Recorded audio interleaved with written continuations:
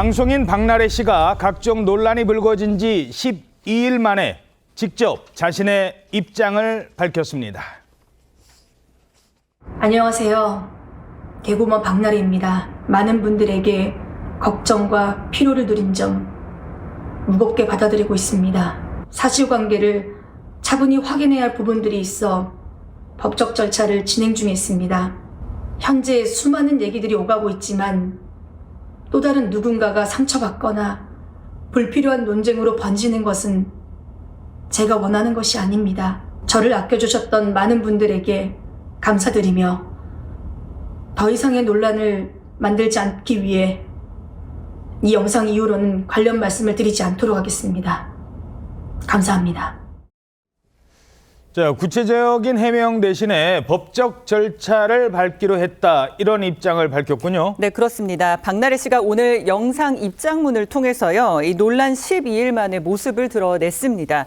박나래 씨는 많은 분들에게 이 걱정과 피로를 들여서 죄송하다면서 사실관계를 확인해봐야 할 부분들이 있어서 법적 절차를 진행 중이다라고 강조했습니다.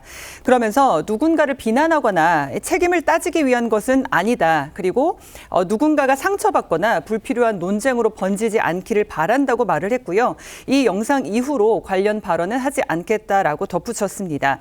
다만 그간 매니저 갑질 의혹과 그리고 주사 이모로 불리는 인물에게 불법 의료 행위를 받은 의혹 등에 대해서는 이 구체적인 언급이나 해명은 하지 않고 영상을 마쳤습니다. 자, 일단 법적 절차를 지켜봐야 할 것 같은데요. 그런데 이 와중에 또 다른 의혹도 제기됐다고요? 예, 그러니까 이번 사태의 시작이 처음에 전 매니저들이 박나래 씨의 갑질 의혹 등을 제기하면서 시작이 된 거였었는데 이번에 그 한 연애 전문 유튜버가 이 사건이 출발된 것이 박나래 씨의 55억 이태원 단독주택의 도난 사건 때였다. 그렇게 주장하는 방송을 한 겁니다. 옛날에 집에 도둑 들었을 때? 예, 지난 4월 달에 박나래 씨 단독주택에 도둑이 들어가지고 수천만 원대 귀금속 가방 이런 거를 도난당했다고 크게 이슈가 된 적이 있었는데. 맞아요. 그때 사태 초기에 일부 매체가 내부자 소행이 의심된다 이렇게 보도했었거든요. 그래서 네티즌들도 그때 내부자 누가 의심된다 한참 이슈가 됐었는데 동료 개그맨도 거론됐었고. 그렇습니다. 그 당시에 이제 해당 연애 전문 유튜버에 따르면 박나래 씨의 전 남자친구가 박나래 씨의 스태프들, 매니저 등 3명의 스태프한테 근로계약서 작성에 필요하다라고 하면서 개인정보를 좀 달라라고 했다는 거예요. 근로계약서에 필요하니까 개인정보를 달라고 했는데 근데 그때까지 스태프들은 근로계약서 작성이 안 돼 있었고 4대 보험도 돼 있지 않았었기 때문에 이제 드디어 4대 보험 해주나 보다 싶어서 이름, 주민등록번호, 주소 이런 걸 자필로 적어서 제출했다고 합니다. 자, 제출을 했더니 그런데 나중에 알고 보니까 그러한 개인정보가 경찰에 그 주택 도난 의심 용의자 참고 자료로 제출이 됐다. 그래서 배신감을 느꼈다라는 게 해당 연애 전문 유튜브의 주장입니다. 자, 그러니까 매니저들의 개인정보를 다른 좋은 일 때문에 쓰는 줄 알았는데 도난 사건의 용의자 정보로 제출이 됐다고요? 그렇습니다. 해당 유튜버에 따르면 당시 한 매니저가 담당 수사관에게 연락을 했다가 당신들 역시 용의선상에 올라있다 이런 답을 듣게 되면서 이걸 알게 됐다고 합니다. 박나래 씨 측으로부터 개인정보가 넘어간 것을 그때서야 알게 됐다는 건데 유튜버는 당사자들이 근로계약인 줄 알고 넘긴 개인정보인데 이게 자신들을 의심하는 근거 자료로 활용이 됐다는 점에서 큰 배신감을 느꼈다 이렇게 전했습니다.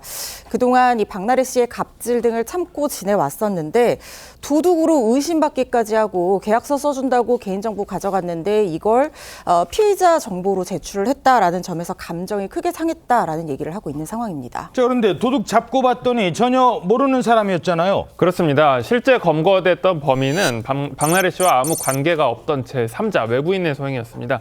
그러니까 내부자의 범죄가 아니었다는 건데요.